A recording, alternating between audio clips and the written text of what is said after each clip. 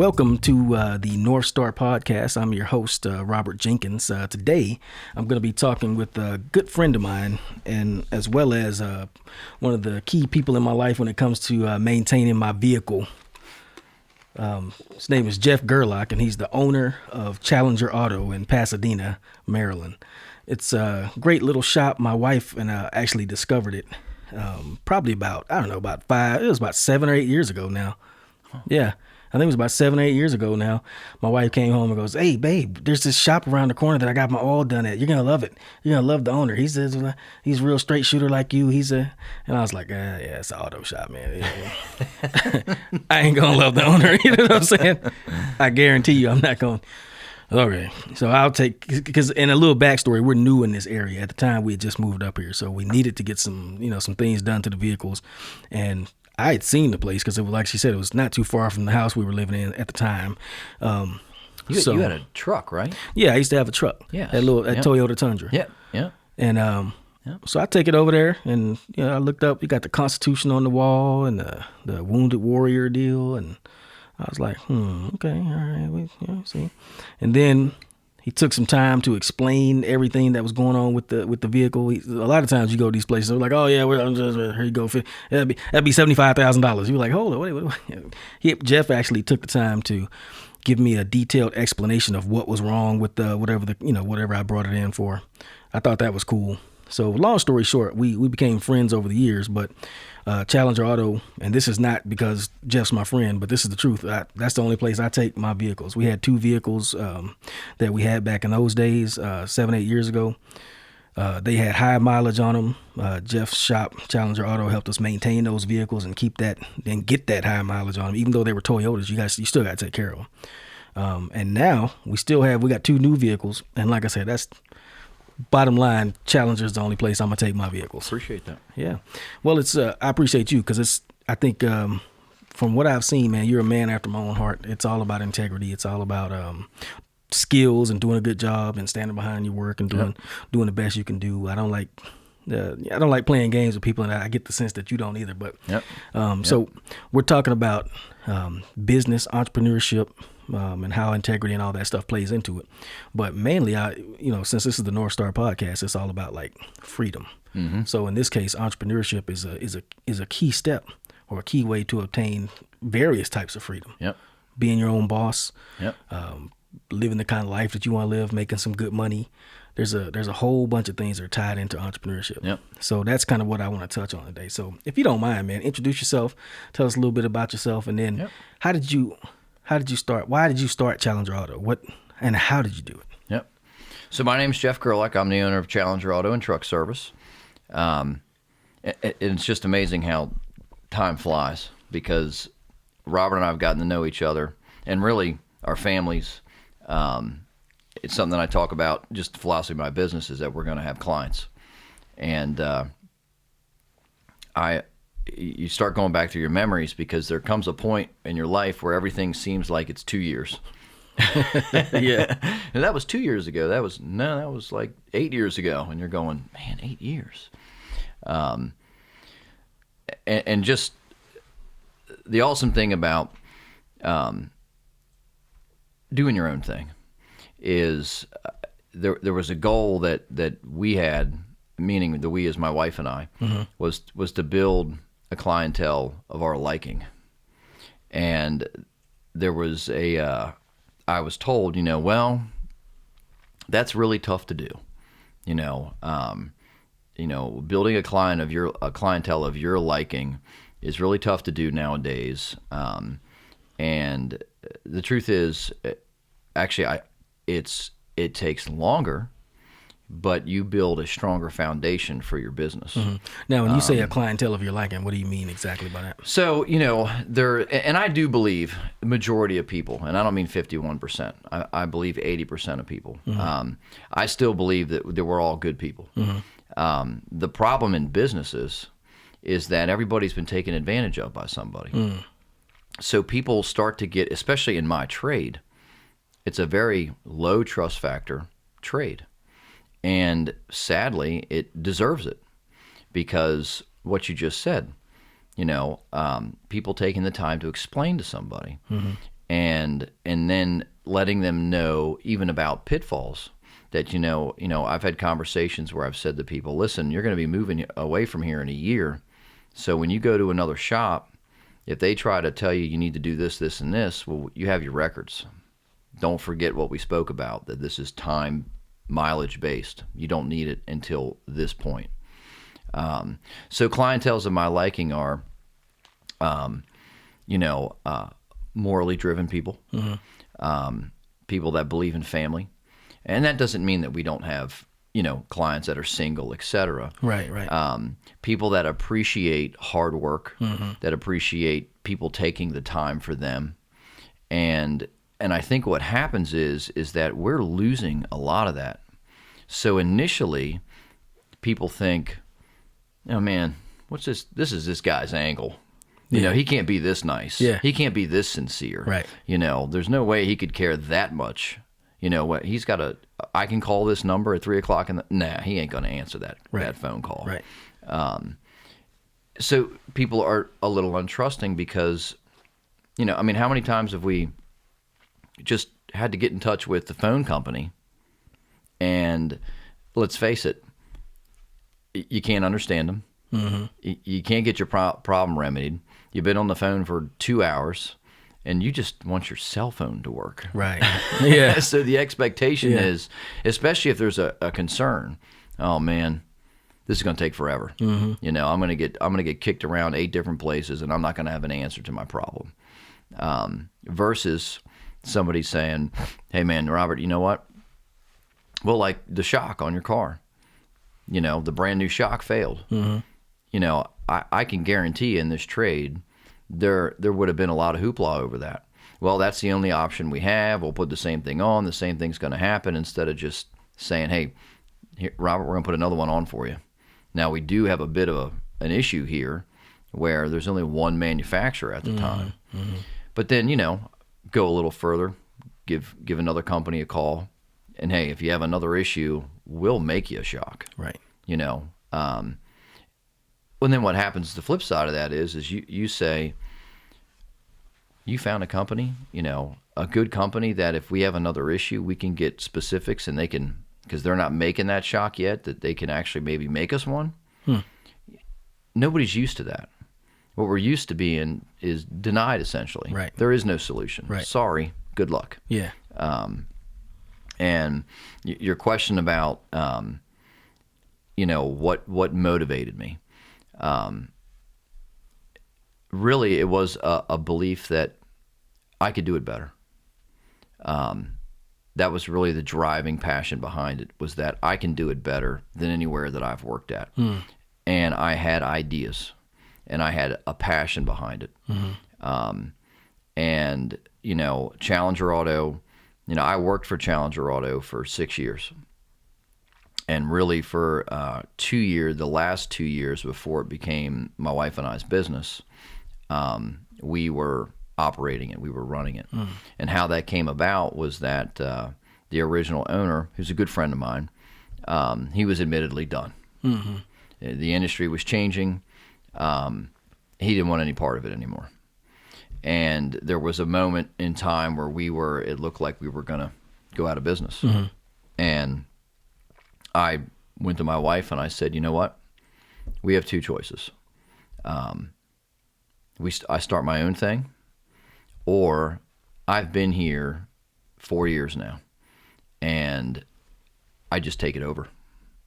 And she said, what do you mean take it over? I said, I just go in and tell them that I'm taking over.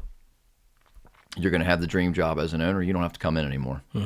Put me in charge, and literally put me on the checkbook, and let me see if I can get this turned around. And I made him a deal. I said, if I turn it around, I'll buy it for you. And, I'll buy it from you. And I'm not going to buy it with all my sweat equity in it. And my wife and I really went back to old-fashioned principles in business, which was we went home and started making our own flyers. I knew how to use Photoshop and all that. I wasn't good at it. I went and got books on it and read, started making our own, started handing them out to people on our own. we'd walk around and meet people and give them one, say, give us a shot, we'll take care of you. And it was really inserting my will. It's funny, I look back at that and it was, I'm going to insert my will here. If it works, great. If it doesn't, well, I'm not going to stop. I'll figure out another way. It's interesting because, we have 4 kids, and about a couple weeks ago, you talk about the pros and cons of owning your own business, of being an entrepreneur. And my oldest said, well, you don't have to answer to anybody. And I looked at him and I said, wow, you think that? He said, yeah, you're the owner. You do what you want. I said, no, I do have to answer to somebody. I said, all my clients, all my staff, I've committed that they're going to have a job, that they're going to get paid well. I don't just, and I do what our clients ask. So there's a lot of benefits, but there's this idea, I think it was Bob Dylan did that song, everybody serves somebody. Right. My clients are who we serve, and I explained that to them. I said, no, I serve our clients, and now I have a belief, and I do believe that success is based on passion. I had my own philosophy of how this trade, how this industry should work, how it should interact with the public, how people's cars should be handled, and I believe that no matter what you decide to do for yourself, you're going to be challenged, meaning you're going to be tested to just how much you believe in what you say you believe in. Right. That's something that, you find out, you've grown up, you leave the nest, and, your parents raised you a certain way, not to lie, not to steal, not to cheat. And then you get out into the real world and you see people lying and stealing and cheating. Right. And you're going to be tested, well, let's see how much you actually believe in not living your life that way. And I think that owning a business really puts it to the test. Right. Because now you're open to interpretation, so to speak. Somebody can go on the internet and question your integrity. And how do you deal with that? People can question your integrity and say, I don't think you're doing it right. Or your business might grow slow, and you got to stick to your guns, that this is what I believe in. And so on that end, and you're never, I don't think you're ever prepared for that, but I believe that if you've got the belief in whatever it is you want to succeed at, you'll make it happen. You're going to work more hours than anybody. You're going to put more time in than anybody. Yeah, because it's yours. Yeah, you're going to not sleep well. You're going to have moments where you go, I used to just work 40 hours a week. Yeah. Now I work 70. Yeah.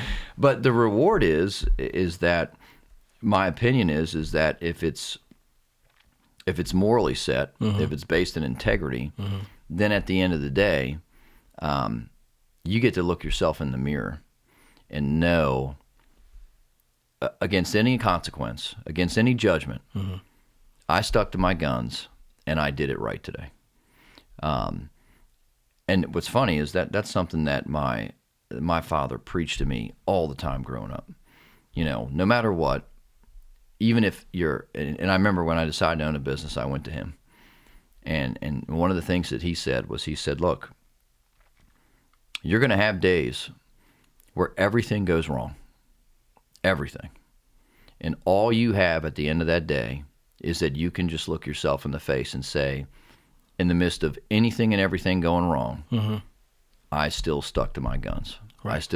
I didn't lie to anybody. I didn't take advantage of anybody. Right. I was upfront and honest.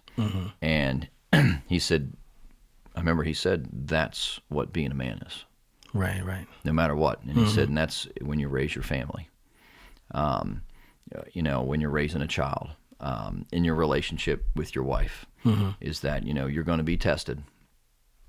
And of course, when you're younger, you can't imagine any of this. Right. The only thing you're thinking Right. at 15 is, your biggest problem is, I don't know, the football game coming up that you're playing in. Yeah, some girl you like, can you get up the courage to talk to her? Yep. Homework you don't feel like doing. Yep. Yeah. But what you find out is that all those principles, they fit everywhere.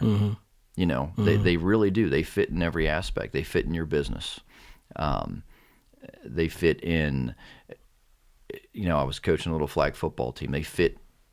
They all fit. And what I see happening is that in a lot of businesses, and I've met people, up front, they're the most moral conscious people. Right. But then their business, it's the exact opposite. And that was something that my dad really, he really had a conversation with me about that.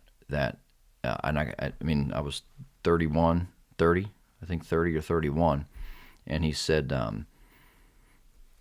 you're going to meet plenty of people that are going to tell you how much more they have and how much they do and how many cars they have and how big their home is. Right. And they're going to seem, you might even see them at church, but their business is operated completely differently.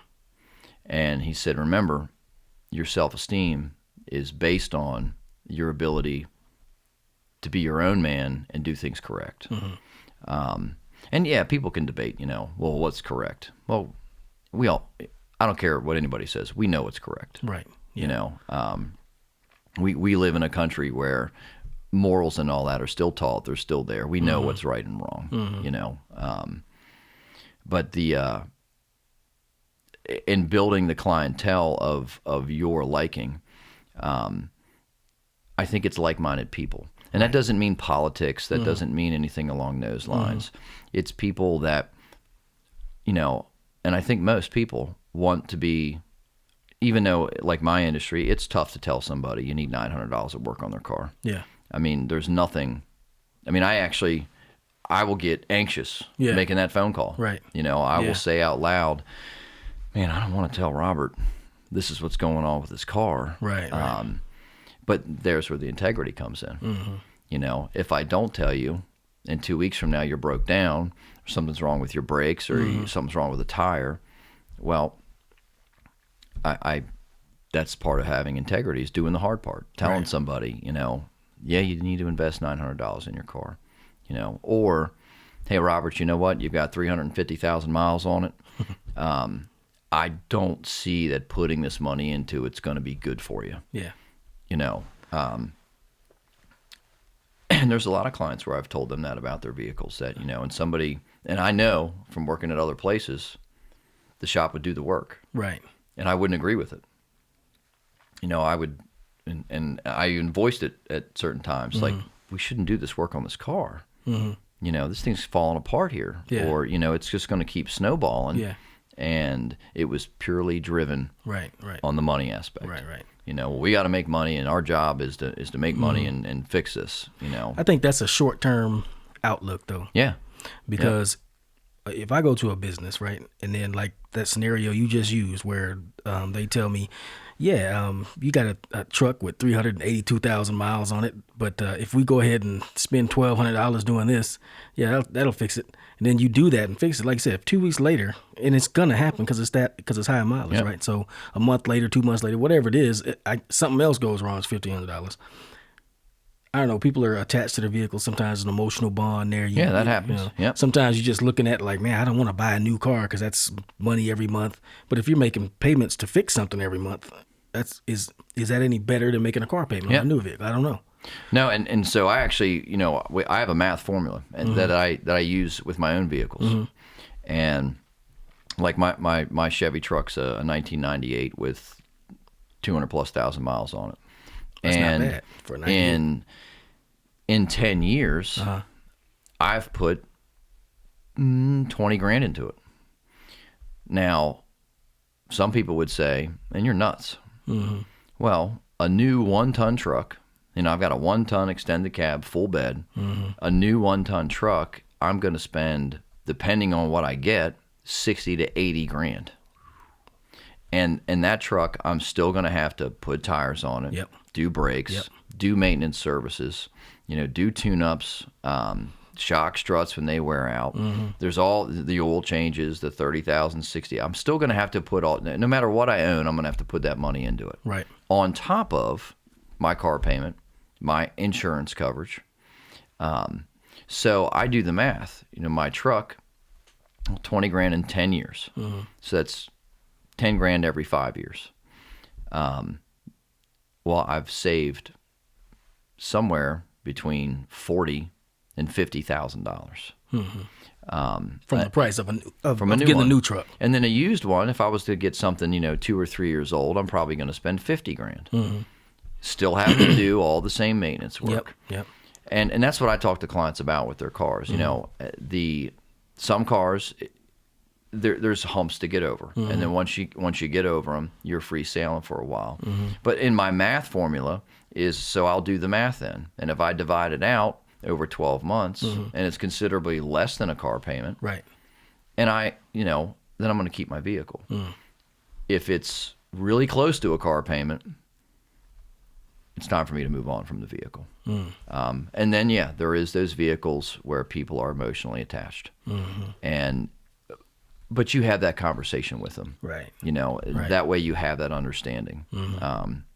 Funny, I had a client one time, that first time in, she needed close to $4,000 of work.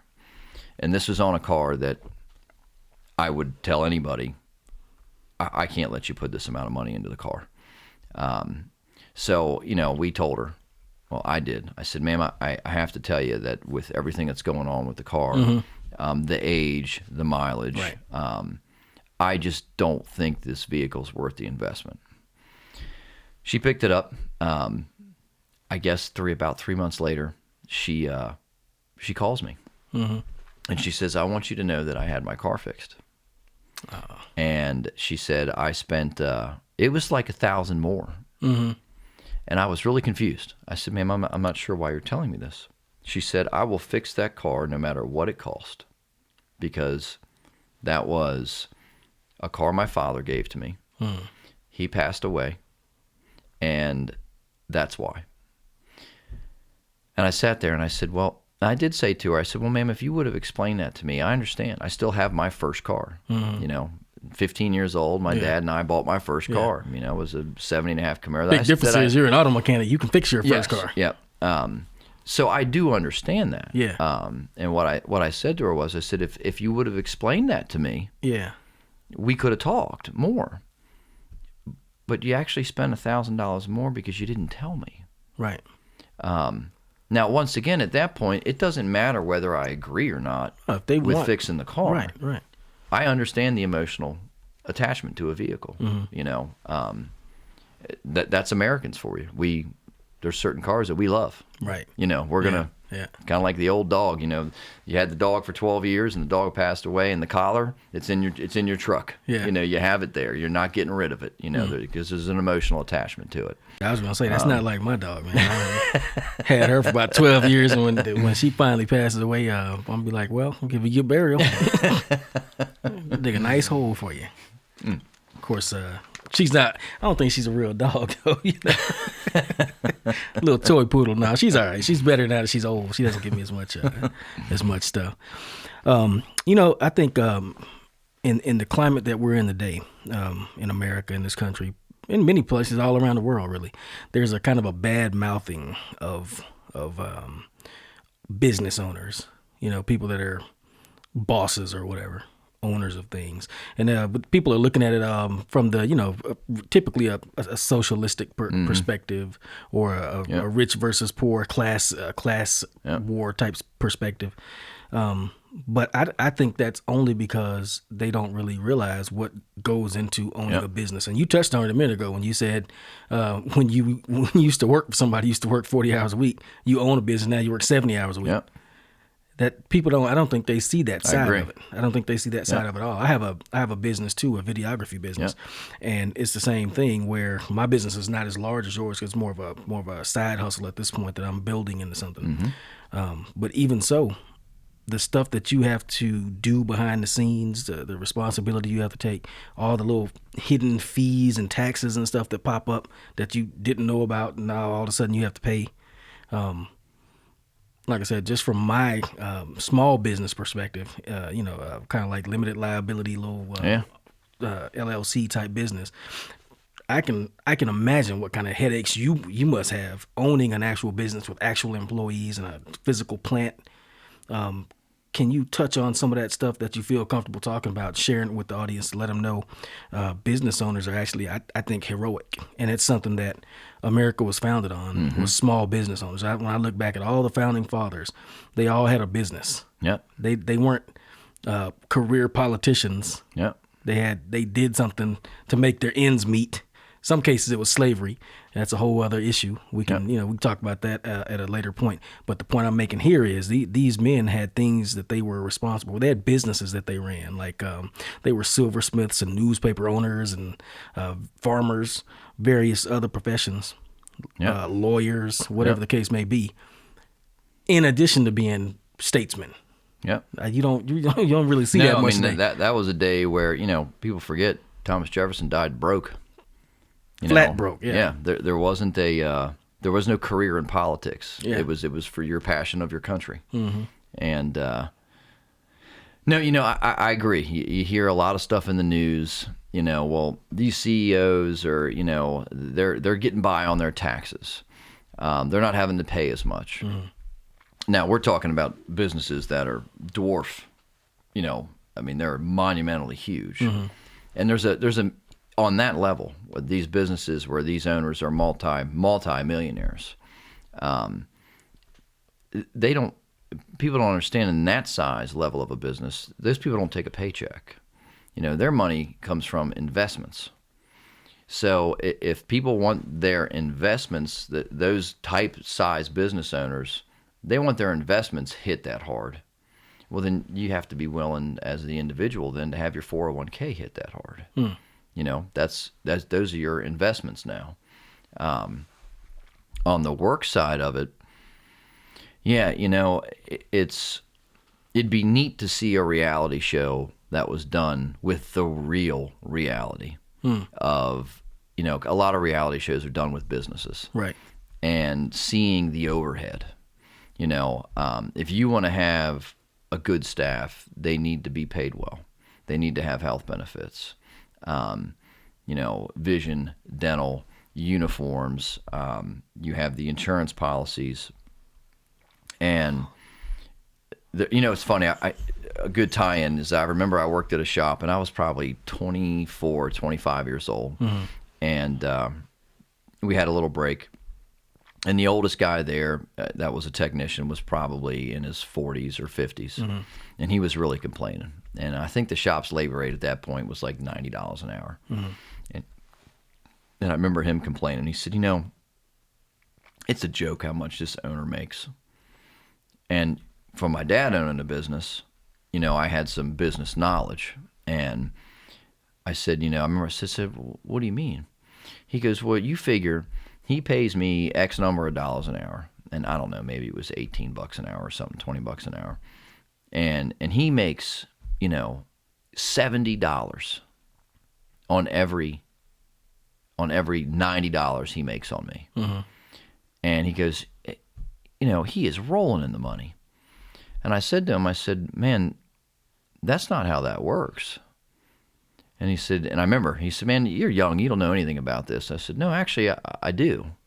I said, that $90, do you know everything that comes out of that $90? And he said, well, what do you mean? I said, well, who pays for your uniforms? I said, who pays for all the cleaning supplies in here? Who pays for all the chemicals, all the things that we need to use to work on the car? Who pays for the building? Who pays for the insurance? Who pays for the health insurance? The health insurance then was a little different than it is now. Right. I said, rent, electric, water, all the overhead. And I also knew then that an employer matched a certain amount of the payroll tax. Right. See, a lot of people don't know that, and that's where I was hoping you was going. Yep. When you work for somebody and you're complaining they only pay me $10 an hour, whatever taxes and FICA and all that stuff comes out of your check, a lot of people don't know your employer pays that same amount. Yes. On you. Yep. Out of his pocket. Yep. So it's actually, in my opinion, a form of double taxation. If you think about it, it's a way that the government's figured out how to tax an individual and then tax another individual through a different individual. Yeah. I mean, and when you say it that way, wait a minute, the government's taxing you on top of taxing me through you through me. Yeah. When you say it that way, you go, isn't there laws about them not being able? Isn't there something in the Constitution about them not being able to do that? But no, that's another thing that it's something we let our employees know the cost. I disagree with the idea that your staff shouldn't know. I think it's important. Like our health benefits, we have a really good health benefits package that's very affordable. But we let them know what we put in because it's a lot of money. And, it's funny in that conversation with him when I brought that up, I remember he got mad and he told me to shut up. I don't know what I'm talking about. Right. And it's something that, and it's funny, you bring up the payroll tax. How is it that so many employees don't know that? Isn't that amazing? Yeah. And because to me, it's one of those things that, now the only reason I knew that was because my father owned a business. Right. But it's one of those things to me that people should deem as incorrect. Even if you're an employee, somebody, some type of wheel should turn that says, well, wait a second, I've got to pay these, and my employer's got to pay them. How is that possible? Yeah.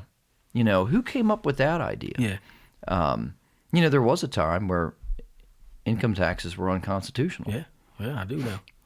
That's that, and our forefathers from Jekyll Island, I think covers our that. forefathers said in creating this country and creating our founding documents that the government should not have any right to tax people on their labor. And then, of course, we made another amendment that said they can tax whatever they want. Right. And, imagine, and I've told employees this, imagine how much better your life would be if they didn't take that money from you. They didn't need it at one point. Why do they need it now? Of course, that's a topic for another time, but, it is the idea that we could all be much better off with our government being smaller, and,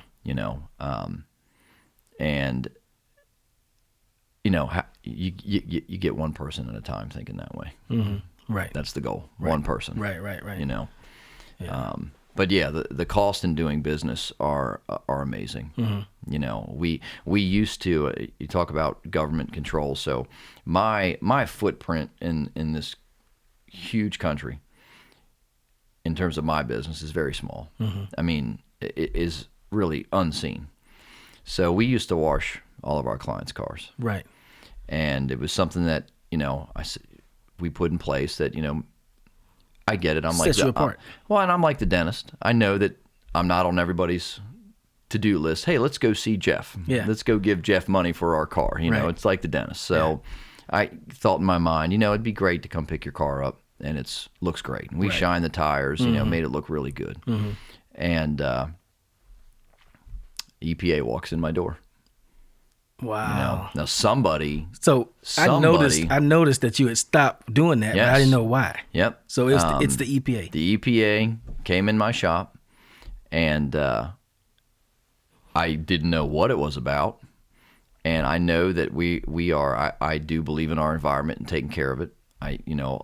Everything that we work with is bad for the environment, so we want to make sure we're doing things correctly. And that has nothing to do with regulation. It has to do with, I don't want oil getting into the ground. I don't want techs breathing certain things they shouldn't be breathing. Right. So I'm not sure why she's there. So I take her for a walk around the entire building, show her our systems for oil, used antifreeze, all our fluids and chemicals. And she says, wow, you do a very good job, but that's not why I'm here. I said, oh, okay. I said, well, how can I help you? You should have said that right off the top of the bat. Well, I wish you would have. She says, do you wash cars? And I'll be straight up here. I got nervous. I didn't want to just flat out say, yeah. Yeah. You know, because then I might be setting myself up for some huge fine, because I never thought, you know, we're not a car wash. Right. You know, what are we washing? 6, 7 cars, maybe 8 a day? Yeah. And I said, yeah, from time to time we do. She says, where do you wash them at? And I said, well, we wash them right over in this area. You know, there's no runoff issues or anything. And she said, well, you need to stop. And I said, really? She said, you're not a car wash. There's environmental hazards to washing cars. You know, car washes have to have special systems, and which I did go research car washes after this, and I will tell you this, if people knew what it took to have a car wash, they'd be amazed. But she said, we can't allow you to do that. And I said, okay. Now, how did the EPA, how would they have even, you know, I'm a localized small business. Right. And somebody had a problem with it. Right. Somebody decided that we were really hurting the environment, or maybe a competitor that wasn't happy that, you know, we were doing better than him. Yeah. But, you know, put that in perspective for a moment. We used to have car washes that we put on for the Boy Scouts, the Girl Scouts. Now we don't do that anymore. Because guess what? I know the EPA can levy a major fine. And the fact that they walked in my door. Yeah. They're looking right at you. Yep. You're on their radar. Yep. It's always scary when you find yourself on the radar of some huge behemoth. It's like, oh, it's looking at me. Yep. That was a unique day. Yeah. You know, but there's once again, I'm a woods guy, I'm an environment guy, but there's something that you sit there and go, you know. Yeah. Everybody washes their cars at home. Right. You know, what's next? Yeah. That's a good question. I never thought about it. You can wash your car in your driveway right now. Yep. Yep. Well, I tell you what, I got another question, something that you said to me once before, a little conversation we had previously. And it was, you were talking about how difficult it is to find the text that you want, because this is a rapidly evolving industry. You can't just have a baseline of knowledge that, you know, oh, I graduated from school yesterday. Yeah, but can you do this? Can you do that? Tell me, what do you look for in employees, and why is it so difficult to find good ones? Yeah, the first off, all skilled trades are suffering. We've definitely created this belief system. It probably, the best I can see, it really started in kind of the 70s, that college was where it was at. And we've pushed it and pushed it and even when I was in school, I knew I wasn't going to go to college. I knew it was going to have to be a specialty school, something along those lines. But, you know, the VOTEC, you were frowned upon. You know, you're a blue collar guy. Oh, you're a grease bucket. You're a this part of our society. And I guess growing up in a blue collar family, my dad was in sheet metal business.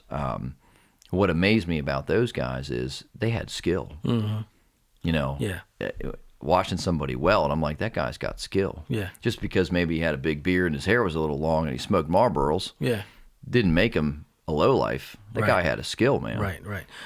That's something, man, that I appreciate above all things in a man, is somebody that can do stuff. Yep.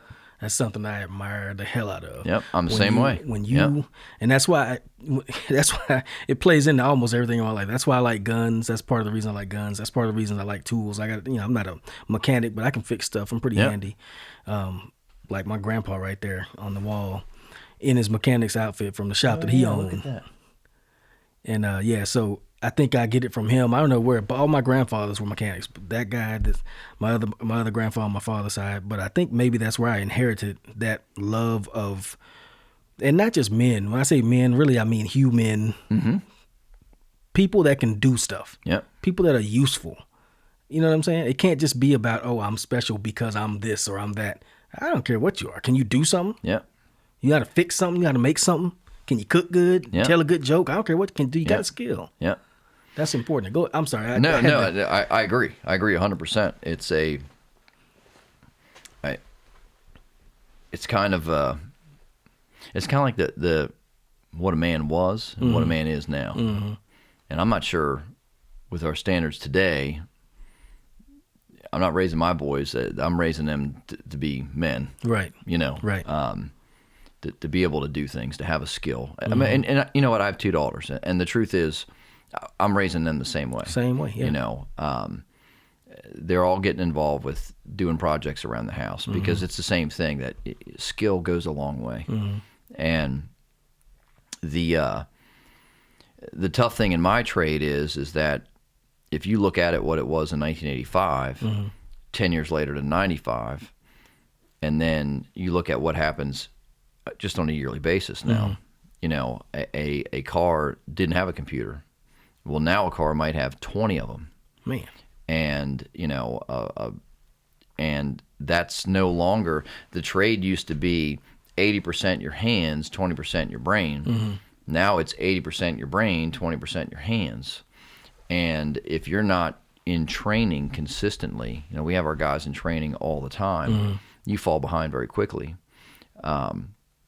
You know, if your diagnostic tools are not up to date, you miss 1 year or 2 years, that turns into 5 years very quickly. Right. And the tough thing is one, there's definitely a philosophy change that's happened in our country with work and work ethic. Right. You know, I think the technology has created some of that, you know, with the phones and the computer and the YouTube and the Google, where, you know, well, I mean, actually, I had a fellow one time, he says, I can't figure out how to fix a car because it's not on YouTube. I couldn't Google it. And I looked at him and I said, and he was a younger guy, and I said, man, if it was that easy, we wouldn't have a business. Right. You know? Yeah. And it's amazing because I hear that a lot. You know, with having kids and all, you have other kids over the house, and, you know, well, yeah, I couldn't figure out how to do it because I couldn't find it on YouTube. You know, well, like we got our son an erector set, and, you know, hearing somebody say, well, I couldn't find it on YouTube how to build it. I was like, yeah, well, you got to do it. Yeah. You got to read it. You got to figure it out, and you got to build it. Right. You know, you're not going to YouTube this, and you have to do it. You have to put the time in, and then you'll learn something from that. You'll learn something about yourself from that.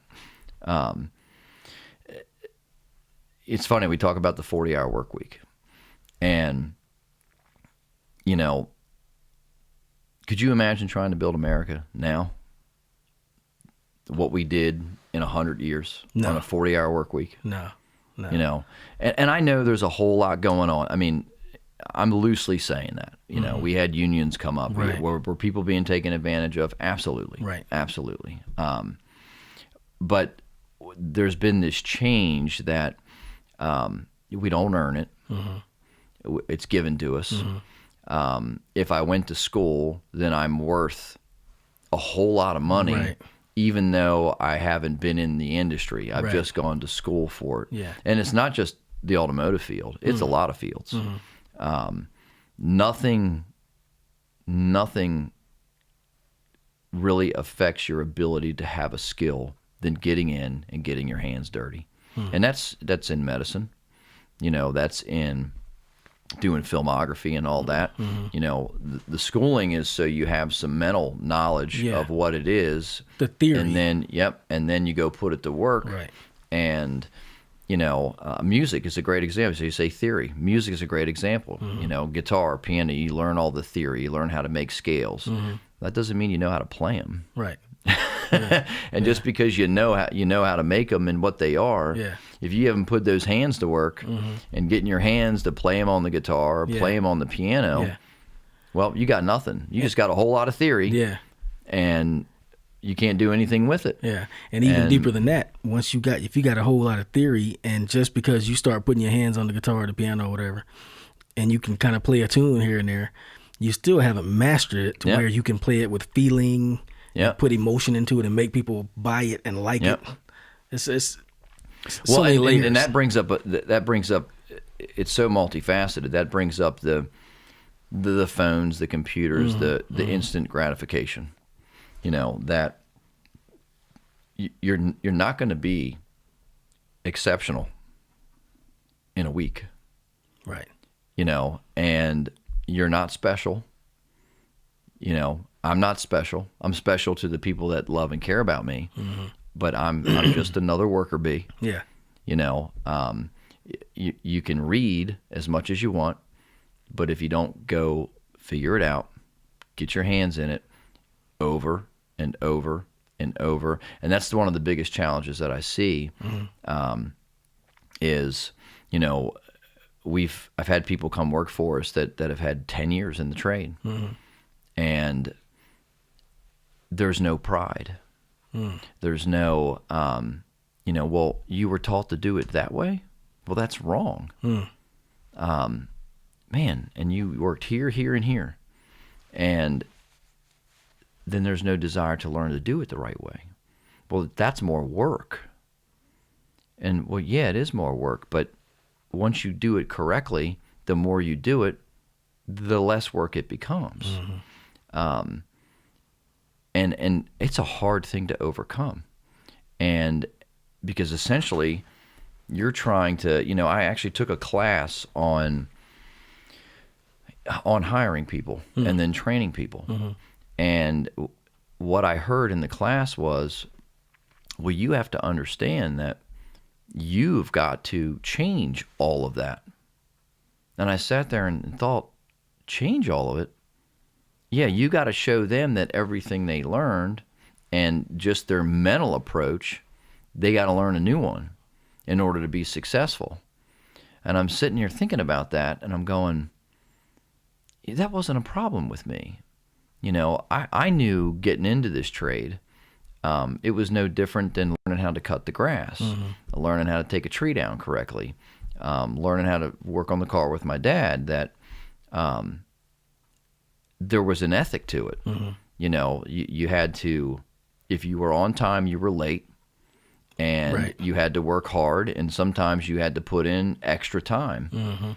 And, it's funny, my passion to run and own my business was no different than my passion to work on cars. I wanted in a year, I was ahead of a lot of people, because I knew that the only way that I was going to command more money, make more money, was to make myself worth more money. And so it meant that, I didn't go to college, but it meant that I was working on cars till 10, 11, 12 o'clock at night. That, I remember going to an owner I worked for, and I said, can you tell me, how do I get somewhere in this trade? And he said, if you can't diagnose cars, you'll make decent money changing parts, but that's where the real money is what you're doing, the full job. You have to be able to diagnose cars. And I didn't doubt him. I believed him. Because you know what? At that point, I could diagnose 20% of cars. I wasn't like him where he could pretty much diagnose all the cars. It made sense to me. Right. Now you say that, and it's, well, I don't want to work that hard. I've been told that. I don't want to work that hard.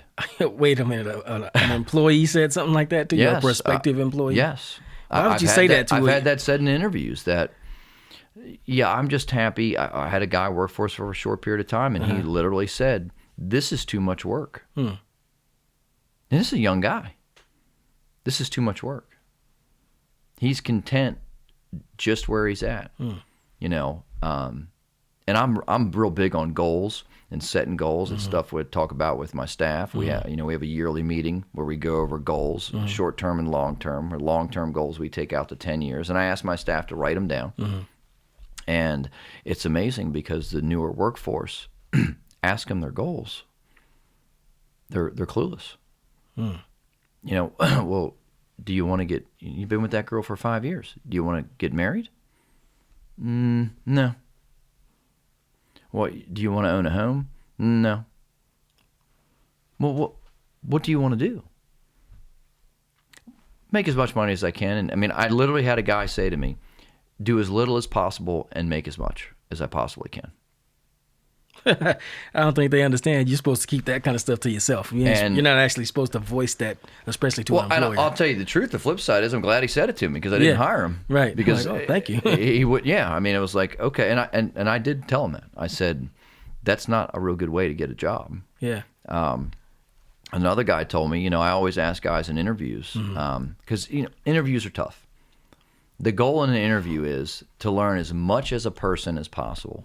And I tell people in interviews, you should at this moment in time want to get to know me as much as possible, and I want to get to know you as much as possible, because if you decide to work here and we hire you, we're embarking on a relationship. And there are unspoken, when in any relationship, there's these unspoken agreements, just like, with somebody that becomes a friend, there's a lot of unspoken agreements. You don't say to that friend, I don't want you to treat me bad. We're going to be friends now, and I don't want you to treat me bad. I don't want you to hit me in the face. I don't want you to steal from me. These are unspoken agreements. Right. They are expectations. Right. And I talk about that, that, you have expectations on me and I have expectations on you. And let's talk about some of these unspoken agreements, because I am making a commitment to you as an employer. My commitment to you is that we're going to stay in business. We're going to be in business. You're going to make money. You're going to get training. I am going to make you worth more money. I am going to make you, if you accept, smarter, better, and I want something in return. And, I want a hard worker. I want somebody who cares. I want somebody who's not going to steal from us, who's going to do what they say and say what they do and do what they say. And so I always ask, what's your dream job? Because, man, if I can deliver, I might have an employee for life. And he said, well, my dream job is a government job. I said, huh. I said, a field in the government? Security? Is there stuff that you've been... He said, no, just to work as little as possible. And then I said to him, I was getting ready to say, that's probably not what you... And he said, yeah, it's probably not what I should say on an interview. And I said, that was the words getting ready to come out of my mouth. Right. Because you just told me your dream job was not to work hard. It's not even in this field. How you... Oh, God.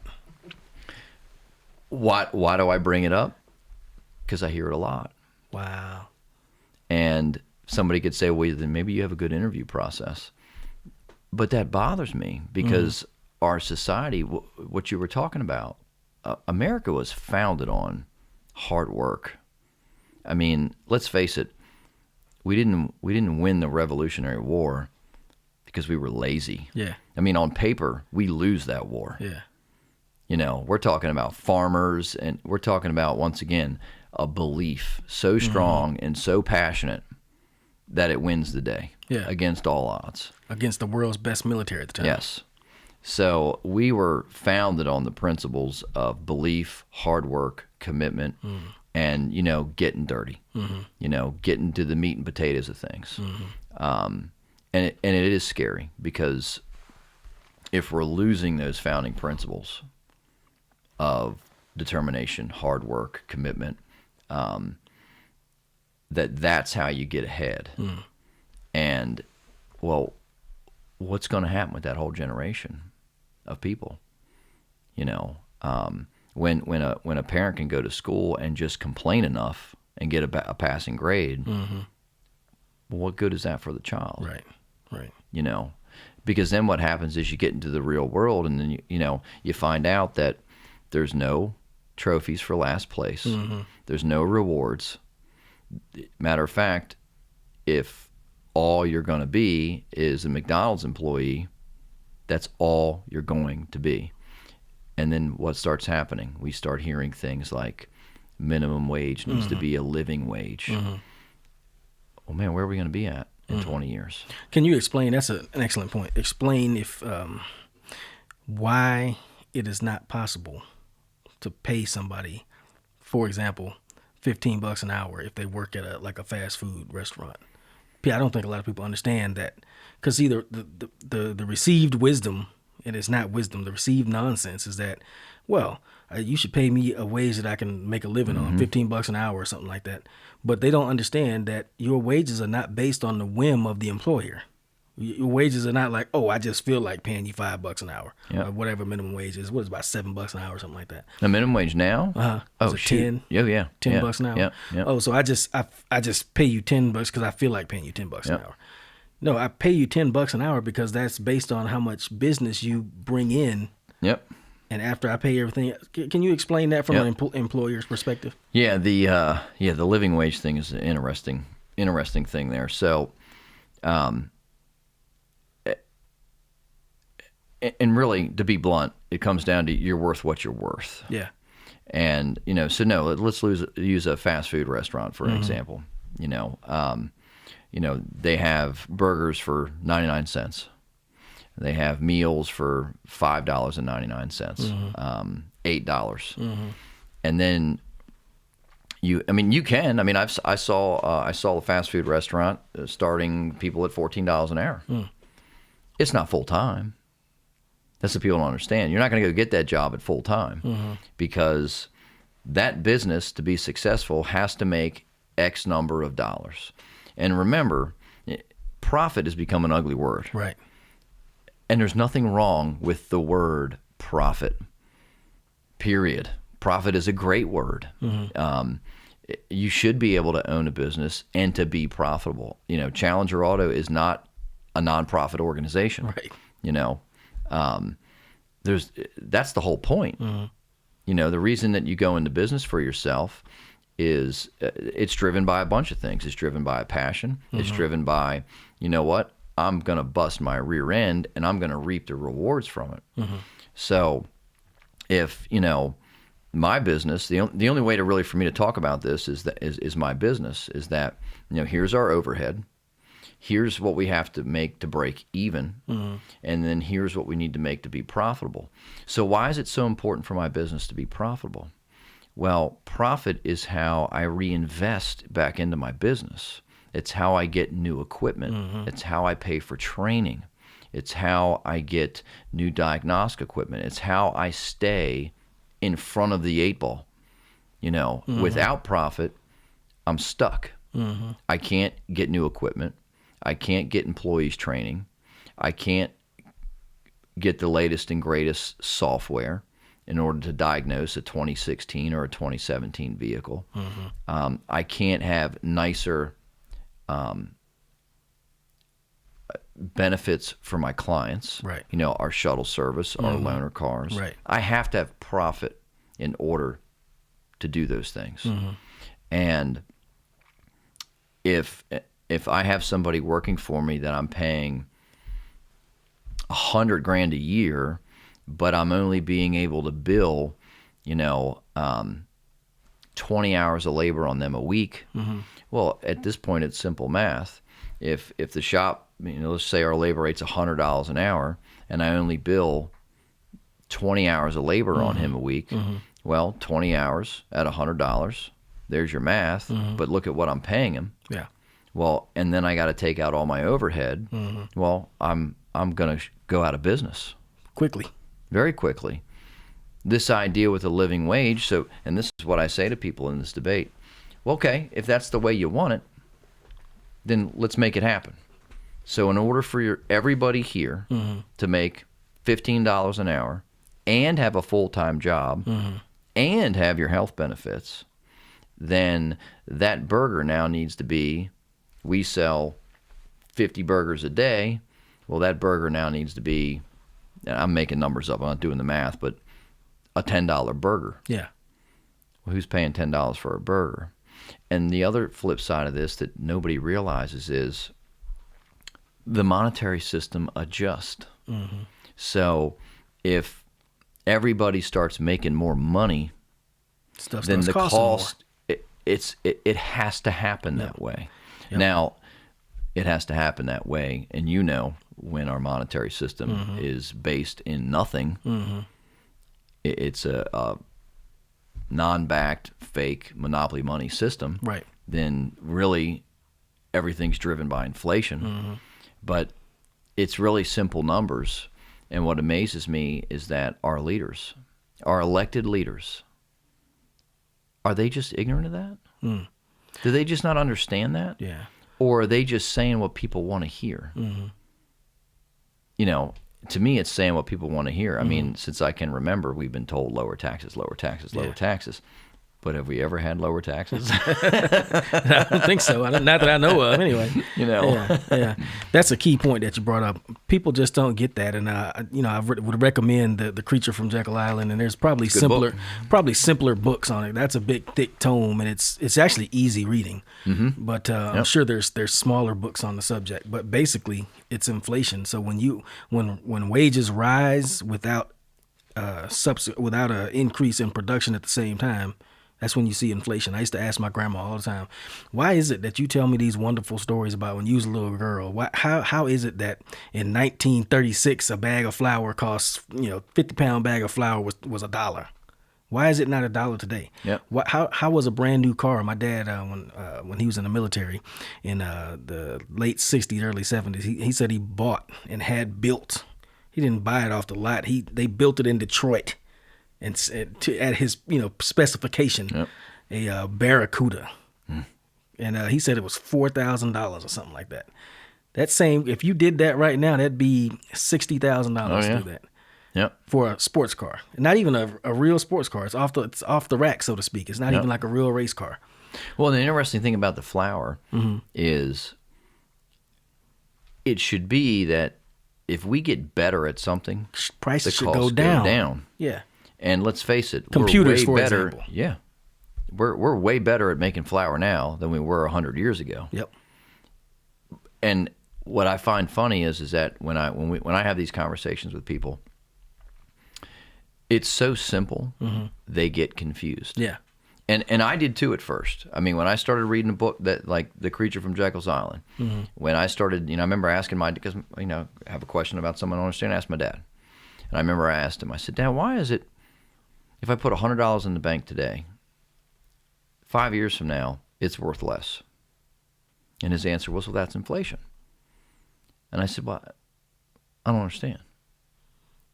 That would mean that my labor 5 years ago is now worth less. And I remember my dad looking a little confused when I said it that way. When I said my labor, because it's my labor that earned that money is $100. labor. Yeah. And that means it's now worth less money? Right. And he didn't have the answer. And then I met somebody that did have the answer, and they wouldn't give it to me. Instead, they gave me that book. They said, read this book and you'll understand what's going on here. Right. And that's actually how I now try to approach people on this subject is, remember, your pay is a trade for your labor. So inflation, does that make sense? That your labor is being devalued? That it's now going to take more labor for you to earn that $100 than what it took before? Does that make any sense? Not to mention that you have increased in skill since last year. Yep. Technology may have increased. You might be better and faster at what you do now. How's it worth less? Yep. Even as your skills and speed increase. Yep. And you do more. In other words, you're doing more work potentially, but yet it's worth less. Yep. How's that? Yep. And so can we get more and more people asking this question? Yeah. More and more people wondering why. Because, if we can, then they're going to start looking for an answer. Right. And when they find the answer, we get enough people motivated. Yeah. Maybe we start saying things like, we want better candidates. Yeah. Well, yeah. The Constitution is not that. We don't need to change it. We need to go back to it. Yeah. Yeah. So one more question. Maybe one or two more questions. I got one interesting question that I would like to throw to you, though, is what is it about your industry? What common misperception is there about your industry that you would like to correct, or that you would, if you could, you would tell every potential client that you have, even clients, people that might not ever come to you, but that you would want them to understand about the automotive repair industry? Good question, man. And there's like 50 answers. Yeah. I'll tell you this.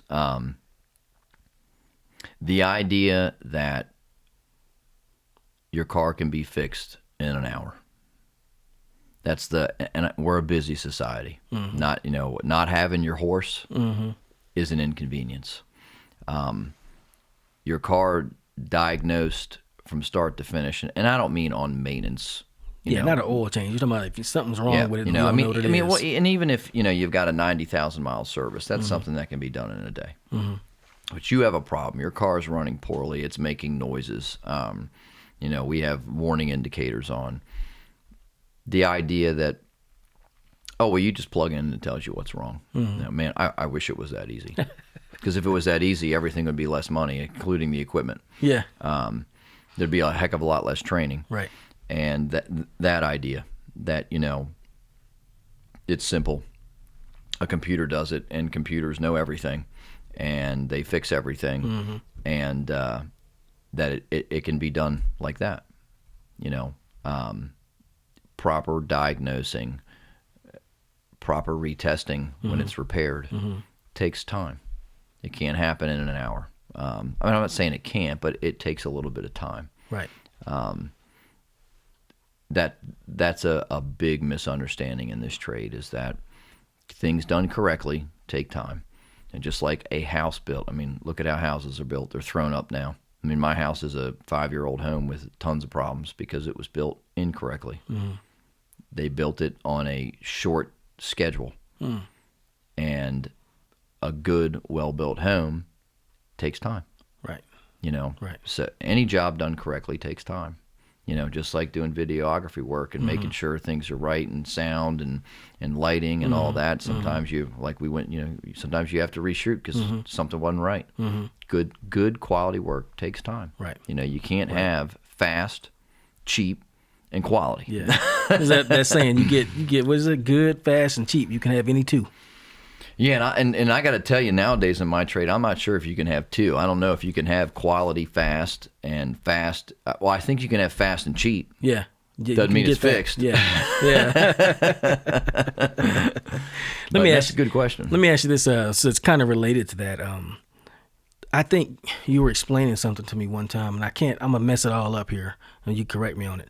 It was something about the way the technicians get paid, and like people say, oh, well, he's just running up the clock to make this job last longer mm-hmm. so they can charge me more. But that's not actually the way it works. No, not at all. And actually my trade is behind. My trade is working on a pay and training paradigm that's 30 years old. Mm-hmm. Typically it was called flat rate. And that means a technician, the best example is, here's a car and it needs a water pump. Mm-hmm. You go into the labor guide and it says it calls for 4 hours of labor to do that water pump. Mm-hmm. And that's what the technician gets paid for. Mm-hmm. So, the flat rate was based on the premise that, okay, so there's the water pump job. You get paid your hourly rate for that. So, where most jobs you go to them, you're paid for 40 hours of work. Mm-hmm. Flat rate paid you just for the work that you actually completed and finished, and at the end of the week. So if things went wrong on that job, bolts mm-hmm. broke and all that, and the 4-hour job turned into a 6-hour job, mm-hmm. you only got paid for 4. Mm. Now the flip side of it was that, hey, if you were good and you were skilled and you knew what you were doing, and that 4-hour job took you 3, then you made an hour. Mm-hmm. It's a tough pay system that way because there's a lot of things that can go wrong. Right. Those labor guides are built on the premise of perfect. Yeah. Bolts coming out, things coming apart. Yep. Part availability, mm-hmm. the right part. Mm-hmm. A lot of things can go wrong in a job mm-hmm. that the tech has no control over. Right. A part boxed wrong, a part being wrong, mm-hmm. a part not getting delivered when it should be delivered. Mm-hmm. things breaking, things being seized, and now things are going to take longer. Yeah. Hey, man, we're going to close it down, but in the process of doing so, I want to ask the last question is, what sets Challenger Auto apart from your competitors? What would you, what's your elevator pitch for people out there that are looking for a good auto shop? Yep. I can sum it up in one word, and it's genuine care. That's 2 words. Yeah, you're right. Yeah, I can sum it up in one phrase. Yeah. Genuine care. Right. I take my work home with me. I take my clients on vacation with me. We truly give a damn about our clients. You know, without our clients, we're not in business. They're golden to us. You know, and we're going to take care of them. You know, and that's the big difference is that we're going to be there. You know, even when we're not open, we're there. That's Right. what our 24-hour emergency number is about. Right. And so if people want to know they're cared about, their car, their safety, their family, that's where it is. Well, you got me convinced. Yep. Thank you, man. Hey, thanks for stopping Yep. by, man. Thank you. All right.